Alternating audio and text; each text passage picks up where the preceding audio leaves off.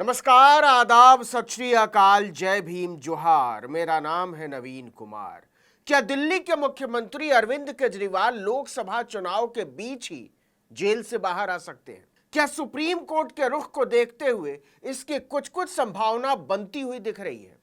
एक बड़ा सीधा सा सवाल उठा है और वो सवाल आम आदमी पार्टी के प्रवक्ता और नेता लंबे समय से उठाते रहे, यहां तक कि 21 मार्च को उनकी गिरफ्तारी से पहले से ही।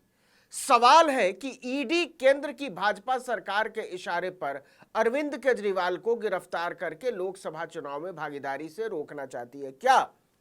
वो भी तब जब वो एक संवैधानिक पद पर बैठे हुए हैं और एक राष्ट्रीय पार्टी के अध्यक्ष हैं, प्रमुख हैं, संयोजक हैं। ईडी लगातार आम आदमी पार्टी के आरोपों से इनकार करता रहा है, उसे मनगढ़ंत बताता रहा है, लेकिन अब यही सवाल सुप्रीम कोर्ट ने खुद ईडी से पूछ लिया है तो इसकी गंभीरता भी बढ़ गई है और केजरीवाल के जेल से बाहर आने की उम्मीद भी।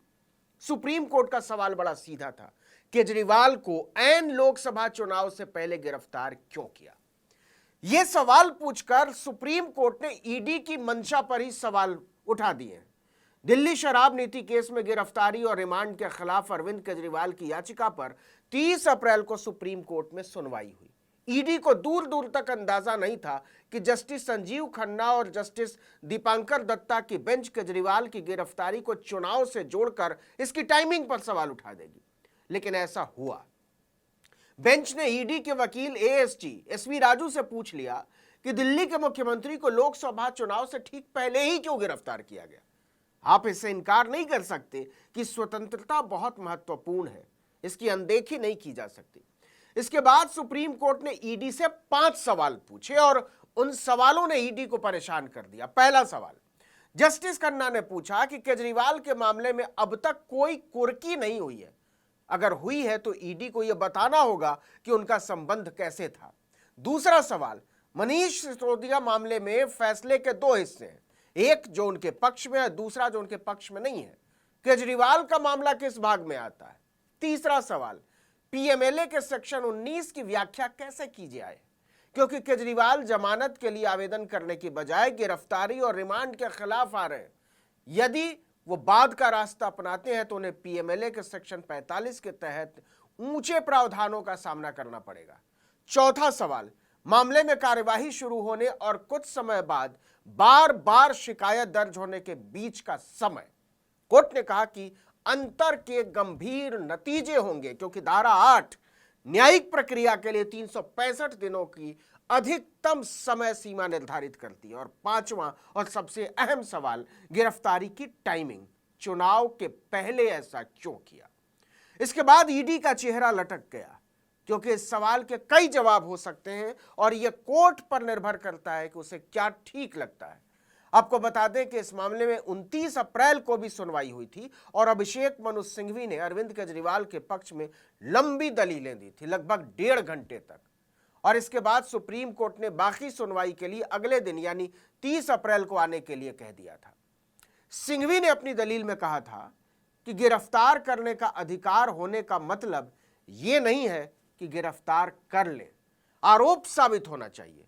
सिर्फ शक के आधार पर आप किसी को गिरफ्तार नहीं कर सकते, आपके पास आरोपी साबित करने के सबूत होने चाहिए, कुछ आधार होना चाहिए जो हमें नहीं पता क्या है।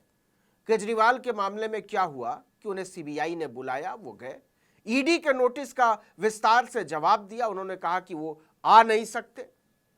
आप आज ये नहीं कह सकते कि आप आए नहीं इसलिए हमने गिरफ्तार कर लिया। यह मेरा अधिकार है कि मैं आऊं या ना आऊं।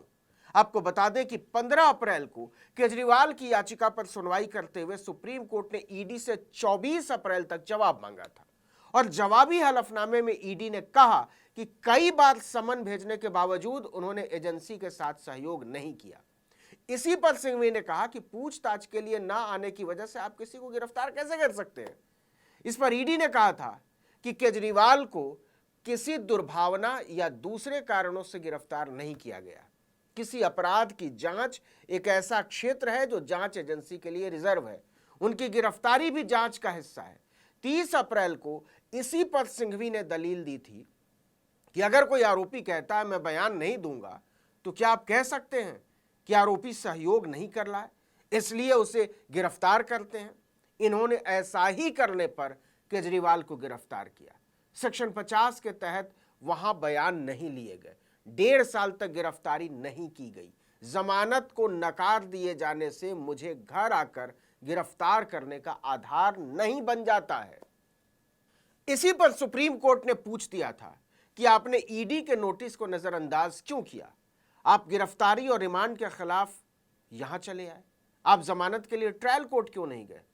इस पर केजरीवाल के वकील अभिषेक मनु सिंघवी ने कहा था कि गिरफ्तारी अवैध है, इसलिए हम जमानत के लिए नहीं गए। इस पर ईडी के वकील एसपी राजू ने कहा था कि इन्होंने पिछली कस्टडी का भी विरोध नहीं किया था। अब ईडी कठिन सवालों के घेरे में है, क्योंकि उसने 24 अप्रैल को सुप्रीम कोर्ट को बताया था कि 9 बार समन मिलने के बावजूद केजरीवाल पूछताछ से बच रहे थे। उनके इसी रवैये से जांच अधिकारी को गिरफ्तारी की वजह मिली। साथ ही जांच अधिकारी के पास मौजूद चीजों ने भी यह साबित करने में मदद की कि वो दोषी हैं। केजरीवाल से 21 मार्च को तलाशी के दौरान उनके मोबाइल फोन का पासवर्ड मांगा गया। ईडी की हिरासत के दौरान भी यही पूछा गया। उन्होंने इसे शेयर करने से इनकार कर दिया। आपको याद हो तो 9 अप्रैल को दिल्ली हाई कोर्ट ने केजरीवाल की गिरफ्तारी को सही यानी वैध ठहराया था। साथ ही यह भी कहा था कि ईडी के पास गिरफ्तारी के पर्याप्त सबूत हैं।